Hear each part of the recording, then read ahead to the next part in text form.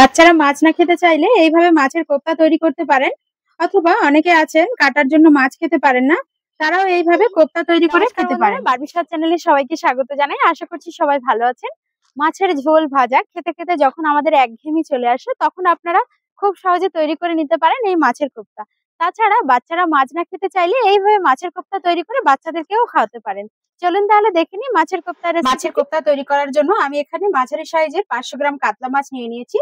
আপনারা চাইলে রুই, কাতলা বিভিন্ন ধরনের মাছ দিয়ে এটা তৈরি করে। একটা কথা বলে রাখি, আপনারা যদি বড় মাছ নিতে চান তাহলে অবশ্যই মাছের এই পিঠের অংশটা নেবেন। মাছের পেটের অংশটায় তেল থাকে, যে কারণে কোপ্তা তৈরি করার সময় কোপ্তার শেপটা ঠিকঠাক আসবে না আর কোপ্তাগুলো খুলে যেতে পারে। এরপর মাছটা আমি সিদ্ধ করে নিচ্ছি, তার জন্য আমি মাছগুলো কড়াইতে দিয়ে দিচ্ছি।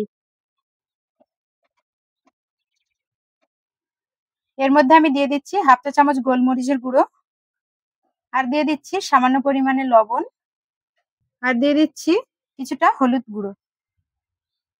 তার সঙ্গে আমি দিয়ে দিচ্ছি লেবুর রস। সামান্য পরিমাণে জল দিয়ে মাছটা আমি সিদ্ধ করে নিচ্ছি।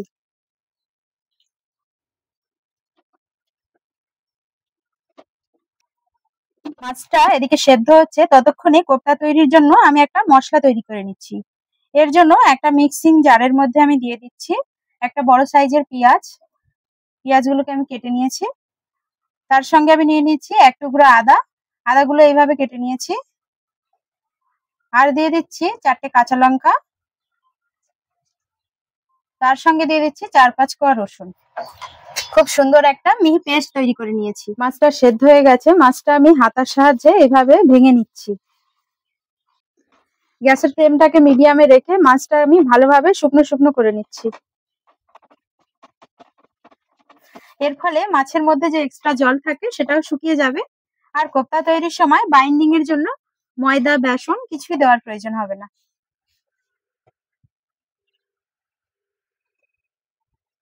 সেদ্ধ করা মাছ থেকে আমি কাঁটাগুলো বেছে নিয়েছি। এর মধ্যে আমি দিয়ে দিচ্ছি সামান্য পরিমাণে লবণ। লবণটা আমি এর আগে সেদ্ধ করার সময় দিয়েছিলাম, তো যতটা প্রয়োজন ঠিক ততটাই লবণ দিয়ে দিলাম। আর দিয়ে দিচ্ছি সামান্য পরিমাণে হলুদ, সামান্য পরিমাণে কাশ্মীরি লঙ্কার গুঁড়ো, তার সঙ্গে দিয়ে দিচ্ছি ধনে গুঁড়ো, দিয়ে দিচ্ছি ছোট চামচের 1 চামচ জিরে গুঁড়ো, আর আমি যে মশলার পেস্টটা তৈরি করে রেখেছিলাম সেটা এর মধ্যে আমি দিয়ে দিলাম। এর সঙ্গে আমি দিয়ে দিচ্ছি কুচিয়ে রাখা ধনেপাতা। সেদ্ধ করা আলুটা দিয়ে সমস্ত কিছুর সঙ্গে আমি ভালো করে মেখে নিচ্ছি।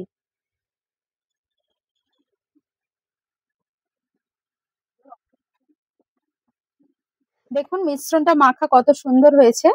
খুব সহজেই কোপ্তাগুলো তৈরি করে নিতে পারবো। দেখুন কত সুন্দর মসৃণ বল তৈরি হয়েছে। এর মধ্যে আমি কর্নফ্লাওয়ার, ময়দা, বেসন, ডিম কোনো কিছুই অ্যাড করিনি, তার কারণ মাছের একটা নিজস্ব স্বাদ আছে, এগুলো দিলে মাছের স্বাদটাই কমে যাবে। এরকম ভাবে মাছের মিশ্রণটা দিয়ে ছোট ছোট করে মাছের কোপ্তা তৈরি করে নিচ্ছি। আপনারা নিশ্চয়ই দেখলেন কোপ্তাগুলো তৈরি করা কতটা সহজ। এখানে সমস্ত কোপ্তাগুলো আমার তৈরি করা হয়ে গেছে। এরপর আমি এগুলো ফ্রাই করে নেব। কড়াইতে তেল দিয়ে দিচ্ছি।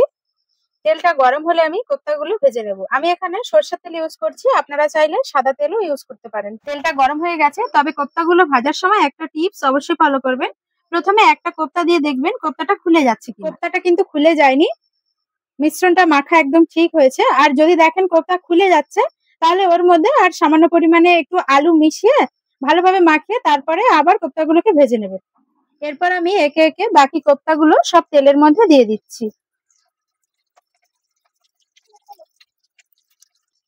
গ্যাসের ফ্লেমকে হাই রেখে লাল লাল করে কোপ্তাগুলো আমি ভেজে নিই। আমার চ্যানেলে নতুন বন্ধু হয়ে থাকলে অবশ্যই আমার রান্নার চ্যানেলটা সাবস্ক্রাইব করার অনুরোধ রইল।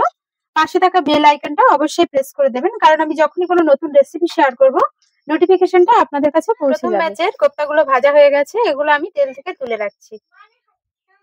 একই রকম ভাবে বাকি কোপ্তাগুলো আমি ভেজে নিচ্ছি।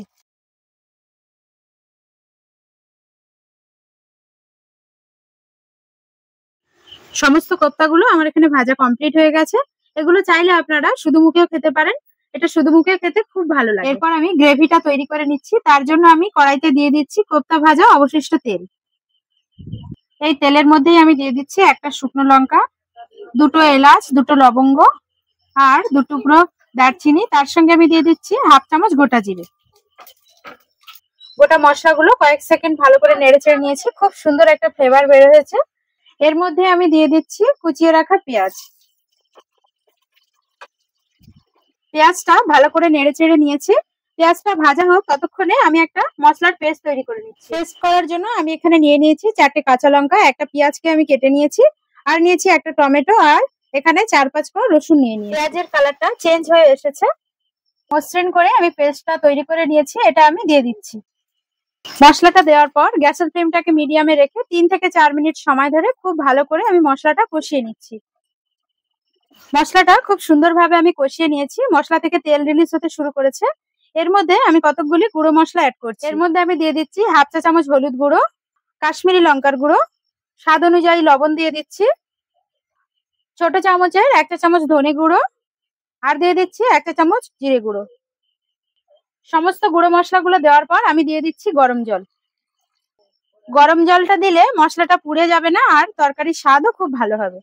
সমস্ত কিছু আমি ভালো করে মিশিয়ে নিই। গরম জলটা দেওয়ার পর গ্যাসের ফ্লেমটাকে মিডিয়ামে রেখে আবারও 2-3 মিনিট ভালো করে আমি মশলাটাকে কষিয়ে নিচ্ছি।